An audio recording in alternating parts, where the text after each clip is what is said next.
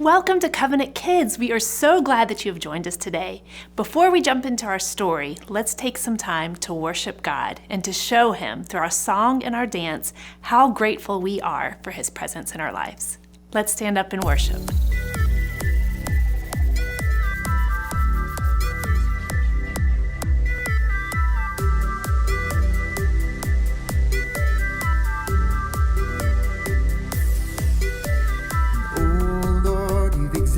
My heart, and you know everything about me. You go before me in all my adventures and guide every step of my feet. I will not fear, I will not be shaken. You hold everything. No, I will not fear, I will not be shaken. You hold everything.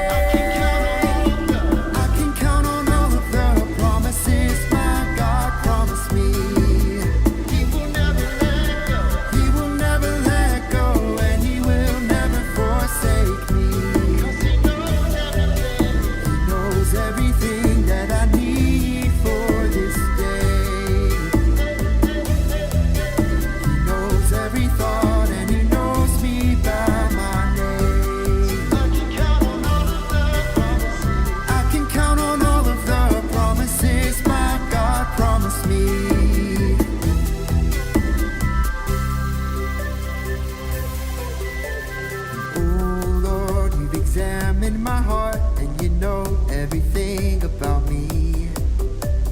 You go before me in all my adventures and guide every step of my feet. I will not fear, I will not be shaken. You hold everything. No, I will not fear, I will not be shaken. You hold everything.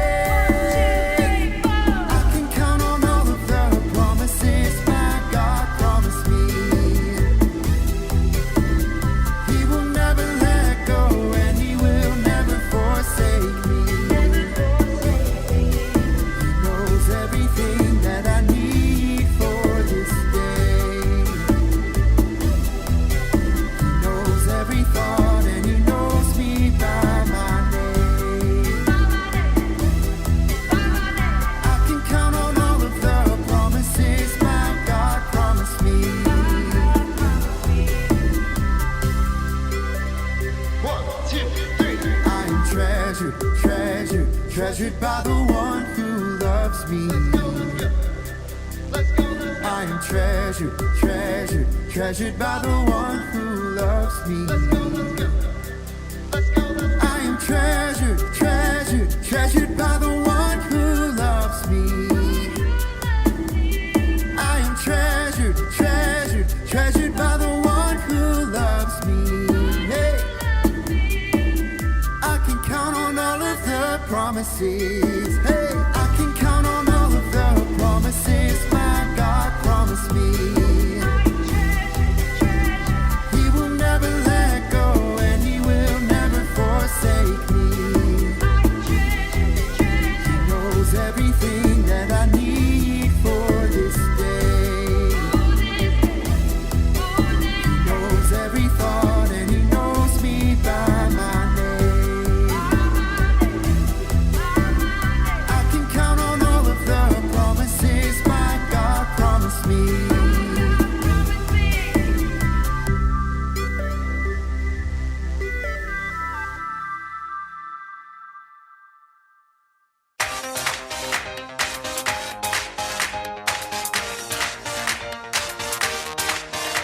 Philippians chapter 4:7. Philippians chapter 4:7.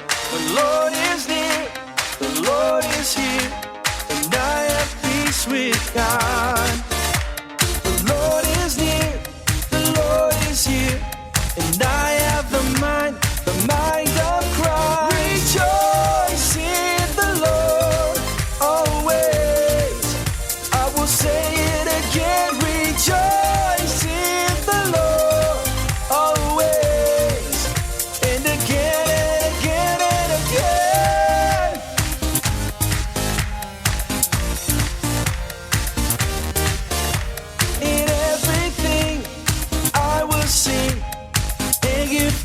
to the Lord. Now I will say, and I will pray, and again I say, rejoice. Rejoice in the Lord always. I will say it again, rejoice in the Lord always. And again and again and again. Don't be anxious about anything, but in every situation give thanksgiving. Don't be anxious about anything, but in every situation give thanksgiving. Philippians chapter 4, 4-7. Philippians chapter 4, 4-7. Philippians chapter 4, 4-7. Rejoice in the Lord always. I will say it again, rejoice in the Lord always. And again and again and again. Rejoice in the Lord. Philippians chapter 4, 4-7. Philippians chapter 4, 4-7.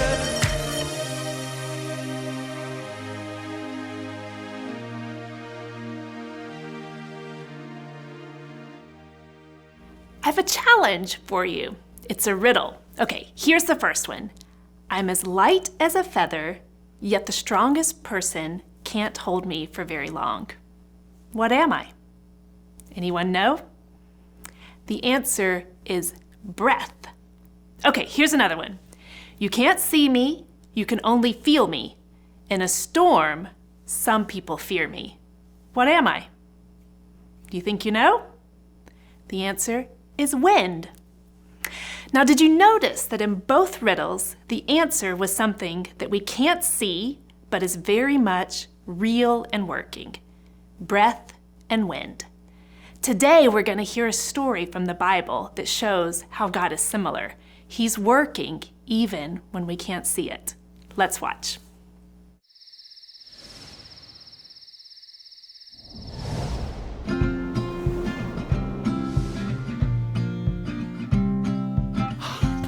On just one more good roll, and I'll rule the whole world! Oh, I can't believe I'm down to my last guy. Hang in there, buddy. Oh yeah, I'll take your guy, and I'll take your country.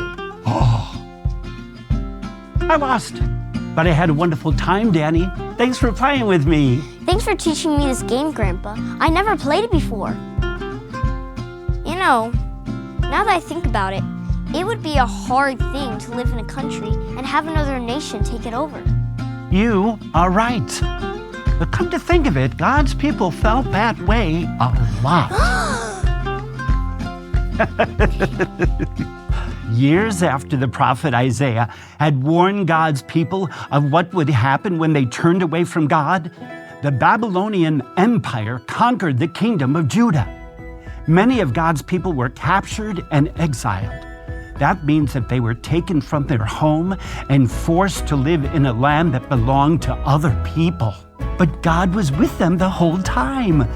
God didn't forget his people even when they were in exile. He kept working to help them even when they couldn't see it. This story is about how God worked for his people living in the land of Persia, outside of Judah. The king there was named Xerxes. He was looking for a new wife. Many young women were gathered from across the empire so he could choose one. So, whoever he picked will become the next queen? Isn't that really important? Yes, the woman picked would be the most powerful woman in Xerxes' empire. There was one woman who came to Xerxes. Her name was Esther. She was a Jewish orphan who had been adopted by her cousin, Mordecai. When Xerxes met Esther, he loved her most of all the women he met, and he decided to marry her. Esther became queen, and she would soon find out that becoming queen had a much greater purpose. Xerxes chose a new advisor named Haman. The king made a rule that everyone had to bow to Haman when he walked by, but Mordecai refused to kneel to anyone but the Lord. I bet that made Haman really, really angry. Haman was so angry that he made a plan to not only kill Mordecai, but all of God's people, the Jews. He convinced King Xerxes that the Jewish people were bad for the kingdom. The king gave Haman permission to get rid of them. Oh no! If the king gave permission, then what could be done to help God's people? Well, when Mordecai found out about Haman's evil plan, he was sad and afraid. It looked like they were doomed. Now, when Queen Esther heard from her servants that Mordecai was so upset, she sent her servant to speak with Mordecai. He told the servant about Haman's evil plan. And he said that Esther needed to go before King Xerxes and beg him for mercy so the Jews could be saved. That sounds like a great plan. Oh, there was a big problem, though. No one was allowed to approach the king without having permission first. If Esther went into Xerxes' court without permission, she would be breaking the rules, and she could be put to death. What? What happened? Well, Mordecai reminded Esther that if she didn't go to the king, then help for the Jews will come from another place. But you and your family will die. Who knows? It is possible that you became queen for a time just like this. Mordecai thought that God made Esther queen so she could help save her people. Yes, exactly. Esther sent a message to Mordecai that she had decided to go to King Xerxes. She asked for God's people to pray and fast for 3 days. So, for 3 days, they didn't eat or drink anything so they could be completely focused on God in prayer. See, Esther needed God's help when talking to the king.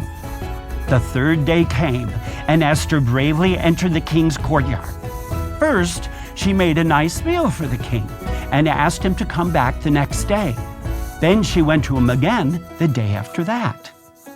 I'm scared. What if Esther is killed?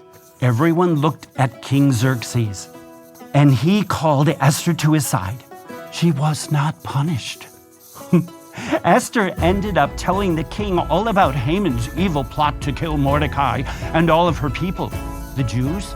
King Xerxes was so enraged at Haman that he ordered Haman to be put to death. Whoa, for real? All of God's people were saved, and the king ended up promoting Mordecai to a very important position in the kingdom.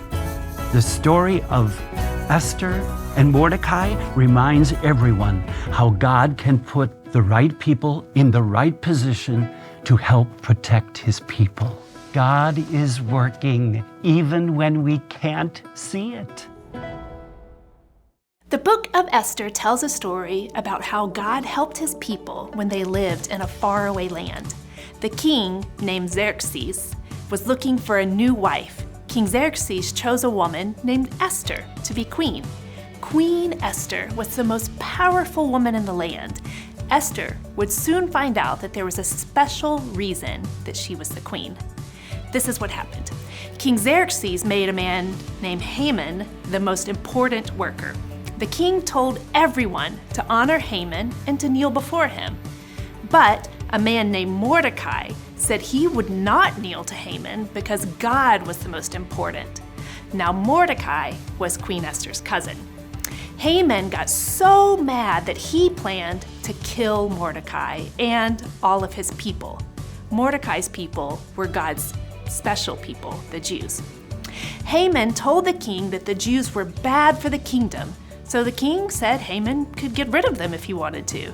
This meant that Esther was in danger. Mordecai found out about Haman's plan. He and all of the Jews were sad and afraid. When Esther heard about it, she was also sad. Mordecai asked Esther to go to the king. She would ask the king to save the people. But there was a problem. Esther could get in big trouble for talking to the king when he did not ask to speak with her. Mordecai told Esther that she may have become queen for just a time like this. Maybe she had become queen to help save her people. Esther prayed and got ready. Then she went to talk to the king. She told him about Haman's plan to kill Mordecai and the Jews, which included her. The king was really mad, and he got rid of Haman. Then King Xerxes promoted Mordecai. The people were saved. God had placed Esther in the right position to help protect God's people. Now, all of us have tough situations that we're facing. They might not be quite as serious as Esther's, but regardless of our situation, God is with us. We can trust that God is working just as He was working in Esther's situation.